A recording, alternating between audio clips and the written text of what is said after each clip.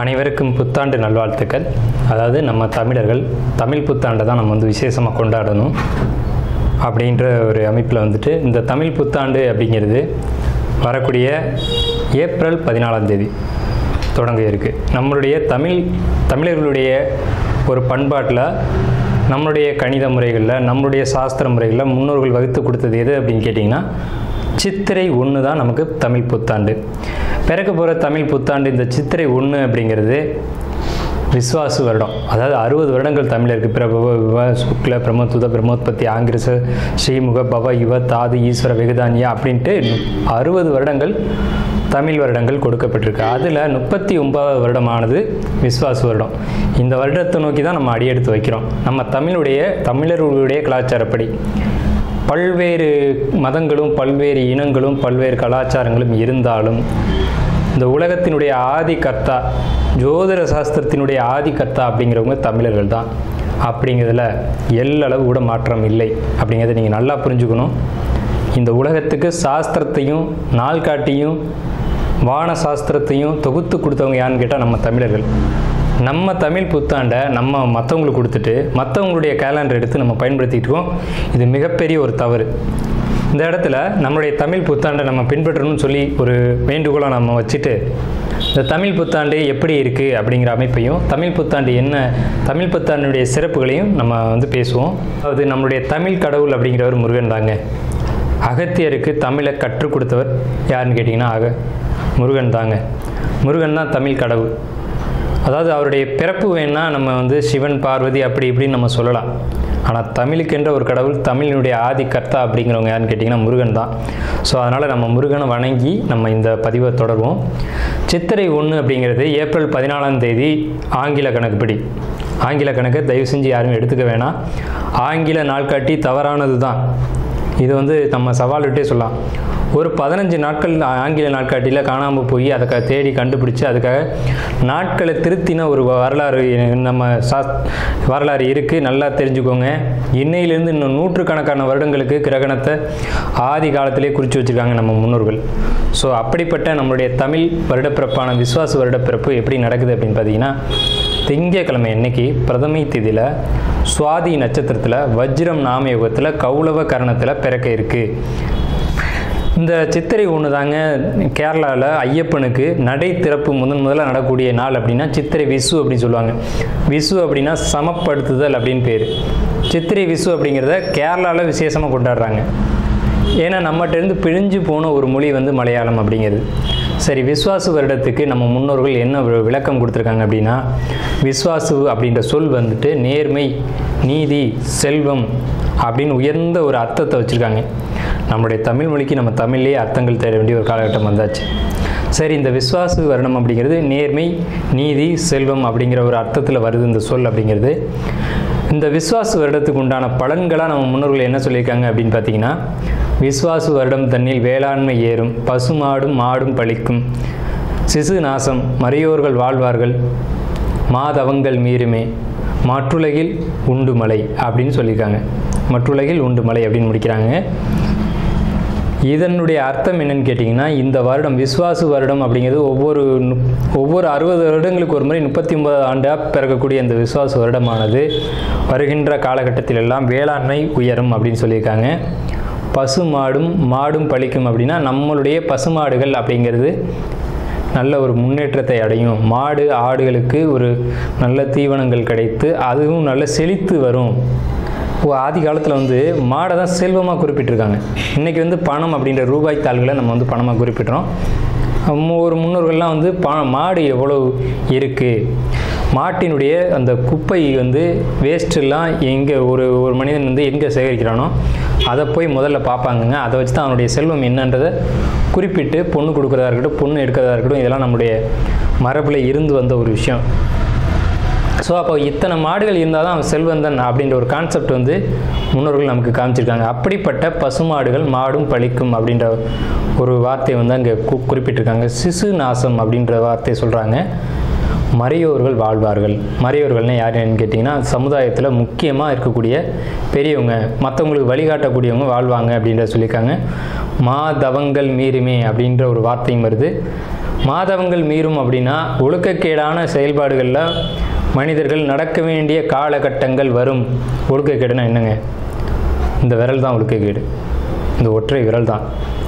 இந்த விரலை வச்சு தான் நம்ம பட்டன் அமுக்கிறோம், காசு வாங்கிட்டு அமுக்கிறோம். இதுதான் மாதவங்கள் மீறுமே அப்படின்றது. ஸோ அந்த மாதிரிலாம் இல்லாமல் மனசாட்சிக்கு துரோகம் செய்யாமல் யார் நீதி பரிபாலனம் செய்வாங்க அப்படின்றத தெரிஞ்சு சரியான வாக்களித்து நல்ல தலைவனை தேர்ந்தெடுக்க வேண்டிய காலகட்டங்கள் அப்படிங்கிறத இங்கே மறைமுகமாக இந்த விசுவாச வருடத்தினுடைய வெண்பா பாடல் அப்படிங்கிறது நமக்கு சுட்டி காட்டுது. இந்த சித்திரை வருட பிறப்பானது மகர லக்னம்னு சொல்லக்கூடிய சர லக்னங்களில் விழுகுது. புத்தாண்டினுடைய பிறப்பானது சிம்ம மாந்தியில் தொடங்குகிறது. அப்போ தலைமையில் இருக்கக்கூடியவங்க யாருன்னு நம்ம குறிப்பிட்டு சொல்ல முடியாது, எல்லாருமே தலைமை தான். அந்த பார்லிமெண்ட்டு, அதே மாதிரி நாடாளுமன்றம், இந்த மாதிரி இடங்களுக்கு போகக்கூடியவங்க எல்லாருமே தலைமை தான். இவங்களுக்கு மட்டும் கொஞ்சம் எச்சரிக்கையாக இருக்கணும் அப்படின்ற காலகட்டம், உடலையும் மனதையும் தைரியமாக பார்த்து கொள்ள வேண்டும் அப்படின்ற காலகட்டம் இந்த விசுவாச வருடம். அதே சமயத்தில் நீதி நேர்மை யாரெல்லாம் கடைப்பிடிக்கிறீங்களோ உங்களுக்கு இந்த விசுவாச வருடம் உங்களை விசுவாசமாக காப்பாற்றும் அப்படிங்கிறதுலேயும் மாற்றுக்கிறதுக்கு இடம் இல்லைங்க. இவங்களுக்கு இந்த விசுவாச வருடம், தமிழ் வருடம் மொத்தம் 60 இருக்குது. பிரபவ, விபவ, சுக்ல, பிரம்மோத்வத, பிரம்மோத்பத்தி, ஆங்கிரச, ஸ்ரீமுக, இப்படி 60 வருடங்களில் 39வது எண்ணிக்கையில் வரக்கூடிய வருஷத்துக்கு பேர் தான் விசுவாச வருடம். இந்த விசுவாசு அப்படின்ற சொல்லுக்கு செல்வம், நேர்மை, தூய்மை அப்படின்ற ஒரு பொருள்லாம் இருக்குது. அப்படிப்பட்ட இந்த விசுவாச வருடத்தில் என்ன வெண்பா கொடுத்துருக்காங்க அப்படின்னு பார்த்தீங்கன்னா, விசுவாச வருடம் தண்ணில் வேளாண்மை ஏறும், பசுமாடும் மாடும் பழிக்கும், சிசு நாசம், மறையோர்கள் வாழ்வார்கள், மாதவங்கள் மீறுமே, மற்றுலகில் உண்டு மழை அப்படின்னு சொல்லியிருக்காங்க. அதாவது பொதுவாகவே 12 ராசிக்கும் ஏற்றமுடைய ஆண்டா இந்த ஆண்டு சொல்லப்பட்டிருக்கு. மறையோர்கள் வாழ்வார்கள் அப்படின்னு, வேளாண்மை உயரும் அப்படின்னு, ஆடு மாடுகள் அதிகமாக தங்களுக்கு தீவனம் கிடைச்சி நல்லபடியாக வாழும் அப்படின்ற ஒரு கருத்தை சொல்லி இந்த ஆண்டினுடைய வெண்பாவை கொடுத்துருக்காங்க. இந்த மாதிரி ஒரு சுபமான ஒரு ஆண்டு அப்படிங்கிறது குறைவான ஒரு அமைப்பு தான். ஸோ அப்படிப்பட்ட இந்த 39வது வருடம் விசுவாச வருடத்தில் தனுசுக்கு ராசிக்காரங்களான உங்களுக்கு என்ன பலன்கள் அப்படிங்கிறத நம்ம பர்டிகுலராக பார்ப்போம். இந்த வருடத்தினுடைய கிரக நிலைகளை கொண்டும் உங்களுடைய ராசியை கொண்டும் நம்ம இந்த பலன்களை பார்க்குறோம். தயவு செஞ்சு இந்த வீடியோ ஸ்கிப் பண்ணாமல் முழுமையாக பாருங்கள். அப்போ தான் நம்ம என்ன சொல்ல வரோம் அப்படின்றது தெரியும். உங்களுடைய பொன்னான நேரத்தை ஒதுக்கி பாருங்கள். ரெண்டாவது, நம்ம சேனலில் ஆன்மீகம், ஜோதிடம், பரிகாரம், வாஸ்து, ராசி பலன், இப்படி பல்வேறு வீடியோக்களை பதிவிட்டு வரோம். உங்களுக்கு பயனுள்ள வீடியோக்கள் இது எல்லாமே. தயவு செஞ்சு நேரம் ஒதுக்கி இந்த பரிகார வீடியோக்களாக இருக்கட்டும், ஆன்மீக வீடியோக்களாக இருக்கட்டும், ராசி பலன் வீடியோவாக இருக்கட்டும், பார்க்கும்போது உங்களுக்கு கண்டிப்பாக உங்கள் வாழ்க்கையில் ஒரு திடமாக இருக்கும். உங்களுக்கு ஒரு வெளிச்சம் திடமாக கிடைக்கும் அப்படின்றத சொல்லி நம்ம இந்த வீடியோக்குள்ளே போகிறோம். முதல்ல தனுசு ராசினா என்னங்க? 12 ராசிகள் இருக்குல்ல, தனுசு ராசிக்கு மட்டும் என்ன சிறப்பு? இது தாங்க 9வது ராசி. ஒரு ஜாதகத்தில் 9ஆம் இடம் அப்படிங்கிறது ஸ்பெஷல். என்ன சிறப்பு அப்படின்னு கேட்டிங்கன்னா, அதுக்கு பேர் தான் பாக்கியஸ்தானம்னு வச்சுக்கோங்க. கல்யாணம் ஆயிடுச்சா, எனக்கு அந்த பாக்கியம் கிடைக்கல அப்படிங்கிறாங்க. குழந்தை இருக்கா, எனக்கு அந்த பாக்கியம் கிடைக்கலங்கிறாங்க. அப்போ பாக்கியம்ன்ற விஷயத்தை எங்கே பதிச்சு வச்சுக்கோங்கன்னா 9ஆம் இடத்துல. காலபுருஷனுக்கு 9வது ராசி தாங்க தனுசு ராசி. அப்போ பாக்கியத்தை தேடி தான் எல்லாருமே ஓடிக்கிட்டு இருக்காங்க. அப்படிப்பட்ட பாக்கியம் எல்லாமே நிறைஞ்ச ராசி தனுசு ராசி. இந்த ராசிக்கு மட்டும் என்ன சிறப்பு ஏற்றம்னா அதுதான் ஏற்றம். அந்த ராசிக்கு தான் அவ்வளோ சிறப்புகளும் கொடுத்துருக்காங்க. இயற்கையாக அந்த ராசிக்கு தான் அற்புதமான பலன்களை அதிகபட்சமாக வழங்கியிருக்கு. ஏன்னா இது முழு சுபரான குருபவனுடைய வீடு அப்படிங்கிறதும் ஒரு கான்செப்டு. ஸோ இந்த ராசி மட்டும் ஒருத்தருடைய ஜாதகத்தில் பலம் அடைஞ்சிச்சு அப்படின்னா அவர் வாழ்க்கையில் கஷ்டங்கிறத அவர் பார்க்க போகிறதே இல்லை. தனுசு ராசியோ தனுசு லக்னமோ குடும்பத்தில் எங்கே இருந்தாலும் சரி, அது யோகமான வீடுன்னு பேர். இதை யாராலையும் மறுக்க முடியாது. சரிங்க சார், இவ்வளோ ஏற்றம்லாம் சொல்கிறீங்க, எங்களுக்கு என்ன இப்போ நடக்கும் அப்படிங்கிறத தெரிஞ்சுக்கிறோம் அப்படின்ற ஆர்வம் உங்களுக்குள்ளே இருக்கலாம். நம்ம அதை தான் இப்போ டிஸ்கஸ் பண்ண போகிறோம். சரி, நம்ம முதல்ல நீங்கள் எந்தெந்த விஷயங்கள்லாம் கவனமாக இருக்கணும் அப்படிங்கிறத சொல்லிடுவோம். ஃபஸ்ட்டு வேலை விஷயம், ஹெல்த்து, தொழில், கடன் வாங்கிறது, எதிரிகள், இந்த மாதிரியான விஷயங்கள், வம்பு வழக்கு, பக்கத்து வீட்டுக்காரன், இவங்கள்ட்டெல்லாம் நீங்கள் கவனமாக இருக்கணும். இவ்வளோ நாள் ரொம்ப அந்யோன்யமாக வாழ்ந்துருப்பீங்க. இங்கேருந்து சாம்பார் போகும், அங்கேருந்து சட்னி வரும். ஆனால் அவனே பகையாளியாகி நிற்பான். சகோதர வழி உறவுகளும் பங்காளிகளும் அதே மாதிரி எழுத்து சம்மந்தப்பட்ட விஷயங்களும் டாக்குமெண்ட் பிரச்சனையும், எனக்கும் என் தம்பிக்கும் சொத்தே பிரிக்கலை சார், பிரிச்சிருங்க உடனடியாக, இல்லையா அந்த விஸ்வாச வருடம் முடிஞ்சு தான் பிரிக்கிற மாதிரி ஆகும். இந்த விஸ்வாச வருடத்தில் அந்த இதை நீங்கள் எழுதி சரி பண்ணணும்னு போனீங்கன்னா வலுவான சிக்கலை மாட்டிக்கிங்க. எழுத்து சம்மந்தப்பட்ட சிக்கல் உங்களுக்கு இப்போ காத்துட்ருக்கு. எச்சரிக்கையை முதல்ல சொல்லணும்னு சொன்னால் அந்த எச்சரிக்கை தான் இது. ஸோ சகோதரன் இவ்வளோ நாளாக அப்படியே அண்ணன் சொன்னால் நான் மாற மாட்டேன்னு நிற்பான், அவன் இன்னைக்கு இப்போ மிகப்பெரிய எதிரியாக மாறி நிற்பான். ஸோ இந்த மாதிரியான ஒரு பிரச்சனை. ஏன்னா 3ஆம் இடத்து ராகு அப்படிங்கிறது சகோதரனே பயங்கர திருடனாக மாறுறது, தில்லாலங்கடியாக மாறுறது அப்படிங்கிற ஒரு அமைப்பு உங்களுக்கு இந்த காலகட்டத்தில் உருவாகும் அப்படிங்கிறத இந்த கால அமைப்பு அப்படிங்கிறது சுட்டி காட்டுது.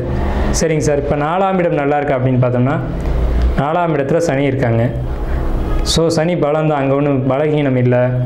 அந்த விஷயங்களை பொறுத்த வரைக்கும் அம்மா உடல் நலத்தில் மட்டும்தான் எச்சரிக்கையாக இருக்கணும். அவங்களுக்கு ஏதாவது உடல் ரீதியாக பாதிப்புகளை ஏற்படுத்தும் அப்படிங்கிற ஒரு விஷயம் தானே தவிர, பழைய வீடுகள் வாங்கக்கூடிய யோகம் உண்டு, வாகனங்கள் செகண்ட் ஹேண்டில் வாங்கக்கூடிய யோகம் உண்டு, கண்டிப்பாக வாங்குவீங்க. கணவன் மனைவி உறவை பொறுத்த வரைக்கும் சின்ன சின்ன கருத்து வேறுபாடுகள் இருக்கும். நீங்கள் கரெக்டாக தான் நடத்துவீங்க, வாழ்க்கை துணை அப்படி இருக்கணும்னு நீங்கள் இறக்கி விடாதில்ல. அவங்களுக்கு 1000 டென்ஷன் இருக்கும், எங்கே காட்டுறதுன்னு தெரியாமல் உங்கள்கிட்ட காட்டிகிட்டு இருப்பாங்க. ஸோ இது இயற்கை தான், இது நம்ம பெருசாக எடுத்துக்கணும் அப்படின்ற அவசியம் இல்லை. தந்தையை பொறுத்த வரைக்கும், தந்தையோட உடல் ஆரோக்கியத்தை பொறுத்த வரைக்கும் தலை சார்ந்த இடங்களில் நரம்பு சம்பந்தப்பட்ட பாதிப்புகளை ஏற்படுத்தக்கூடும் அப்படிங்கிற ஒரு அமைப்பு இருக்குது.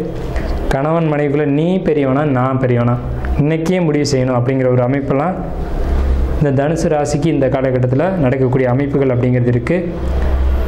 முதல்ல யார் பெரியவங்க அப்படின்றத முடிவு செய்யறதுக்கு முன்னாடி உங்களுக்கு இந்த காலகட்டத்தில் வம்பு வழக்கு எது வந்தாலும் சமாளிக்கக்கூடிய திறமைகள் இருக்குது. ஏன்னு கேட்டிங்கன்னா ராசி அதிபதி குருவே பார்க்குறாரு. ஸோ உங்களுக்கான அமைப்பு அப்படிங்கிறது ரொம்ப சிறப்பாக இருக்குது. 1000 பிரச்சனைகள் வந்தாலும் அதை இறைவன் அருளால் விலக்கி நல்ல ஒரு வழியில் பயணிக்கலாம் அப்படின்ற ஒரு அமைப்பு இருக்குது. டாக்குமெண்ட் வழியில் பிரச்சனைகள் காத்துக்கிட்டு இருக்குது, அதில் பொறுத்த வரைக்கும் கவனம். தந்தை வழி ப்ராப்பர்ட்டிஸை பொறுத்த வரைக்கும் விஸ்வாச வருடத்தில் அது ஒரு சிக்கலை கொடுக்க தான் செய்யும். திடீர் தொழில் வரவு, திடீர் தனவரவுகள் இருக்குது. பொருளாதாரம் சிறப்பாக இருக்கும் இந்த ஆண்டு. தனுசு ராசியை பொறுத்த வரைக்கும் பொருளாதாரத்துக்கு பற்றாக்குறை இல்லை. பெரிய அமௌண்ட்டு உங்கள் கைக்கு வரும், அது உங்களுடைய அமௌண்ட்டு உங்களுக்கு தேவையான அமௌண்ட்டு உங்களை தேடி வரும். எதையுமே சரின்னு பட்டால் மட்டும்தான் நீங்கள் செய்வீங்க. ஸோ சரியான விஷயங்களையே செய்யுங்க, சரியான ஒரு வெற்றி உங்களுக்கு கிடைக்கும். சகோதர வழி கருத்து வேறுபாடு அப்படிங்கிறது நிச்சயமாக இருக்குது. தொழிலில் நேர்மையாக செய்யணும், இல்லைன்னா தொழிலில் பாதிப்பு வரும். தொழிலை பொறுத்த வரைக்கும் நேர்மையான வழியில் தான் செய்யணும் அப்படின்ற ஒரு அமைப்புக்கு கொஞ்சம் நேர்மை தவறி நடந்தால் கூட அது பாதிப்பை ஏற்படுத்தும். லாபம் இருக்கா சார்னு கேட்டிங்கன்னா கண்டிப்பாக லாபம் இருக்குது. அதே மாதிரி ஜாப்பில் எச்சரிக்கைன்னு நம்ம முன்னாடியே சொல்லிட்டோம். ஜாப்பில் பெண்களால் தொந்தரவுகள் நிச்சயமாக உண்டு. இப்போ ஆண்கள் வேலை செய்கிறீங்கன்னா இன்னொரு ஆண்கள் இருந்தால் பிரச்சனை இல்லை, அதே இடத்துல ஒரு லேடிஸ் இருந்தால் ஆண்களை பொறுத்த வரைக்கும் கவனமாக இருக்கணும். பெண்கள் வேலை செய்கிறீங்கன்னா உங்களுக்கு மற்றொரு பெண்ணால் பிரச்சனைகள் உண்டு. ஸோ தனுசு ராசிக்காரங்களை பொறுத்த வரைக்கும் என்றைக்குமே நான் சொல்கிறேன், பெண்களால் மட்டும்தான் பிரச்சனை வரும். அது ஆணாக இருந்தாலும் சரி பெண்ணாக இருந்தாலும் சரி. மனைவி வெளியில் விரயங்கள் ஏற்பட வாய்ப்பு உள்ளது. ஹெல்த்து சம்மந்தப்பட்ட உடல் ரீதியில் கவனம் தேவை. தாயார் உடலில், தாயாருடைய ஹார்ட்டு சம்மந்தப்பட்ட இடங்களில், இருதயம் சம்மந்தப்பட்ட இடங்களில் ரொம்ப எச்சரிக்கையாக இருக்கணும். தலை சம்மந்தப்பட்ட பகுதியிலையும் கவனமாக இருக்கணும். கொழுப்பு சம்மந்தப்பட்ட பாதிப்புகள் தாயாருக்கு ஏற்பட வாய்ப்பு உள்ளது. ஸ்ட்ரோக் மாதிரியான விஷயங்கள், அந்த மாதிரியான அமைப்புகள் ஏற்பட வாய்ப்பு இருக்குது. குழந்தை அமைப்புக்காக இயங்கிட்டு கூடிய தனுசு ராசியை பொறுத்த வரைக்கும் சற்று தாமதமாகும்.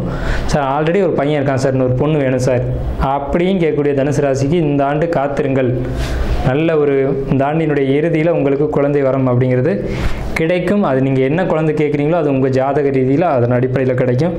உங்கள் ஜாதகத்தை முழுமையாக பார்த்து பயன் எடுத்துக்கோங்க, பயணங்களை குறைச்சிக்கோங்க. மனைவியும் கூட்டு தொழில் கூட்டாளிகள் இவங்களை பொறுத்த வரைக்கும் கவனமாக தான் இருக்கணும். மனைவி கிட்ட வாயை குறைச்சிக்கணும், கணவனாக இருந்தாலும் வாயை குறைச்சிக்கணும். என்னன்னு கேட்குறதுக்குள்ள பிரச்சனை ஆகிடும். ஸோ கணவன் மனைவி கூட்டு தொழிலாளர்கள் நண்பர்கள் இவங்களை பொறுத்த வரைக்கும் தனுசு ராசிக்காரங்களே விட்டு கொடுத்து போங்க, வாழ்க்கை சிறப்பாக இருக்கும். ஸோ இவ்வளோ தூரம் நம்ம தனுசு ராசிக்கான சிறப்பான பலன்களை பார்த்துருக்கோம். ஸோ ஒரு 70% மேலே தனுசு ராசிக்கு நல்ல பலன்கள் இருக்குது. ஒரு 30% நம்ம நெகட்டிவாக சொல்லியிருக்கோமே, இதுக்கு என்ன தீர்வு அப்படின்னு கேட்டிங்கன்னா, உங்களுக்கு பெருமாள் வழிபாடு இந்த காலகட்டத்தில் சிறப்பான நற்பலன்களை வழங்கும் அப்படிங்கிறத கூறி நம்ம தனுசு ராசிக்கு உண்டான பலன்களை நிறைவு செய்வோம். தனுசு ராசிக்கு நன்றிகளும் வாழ்த்துக்களும்.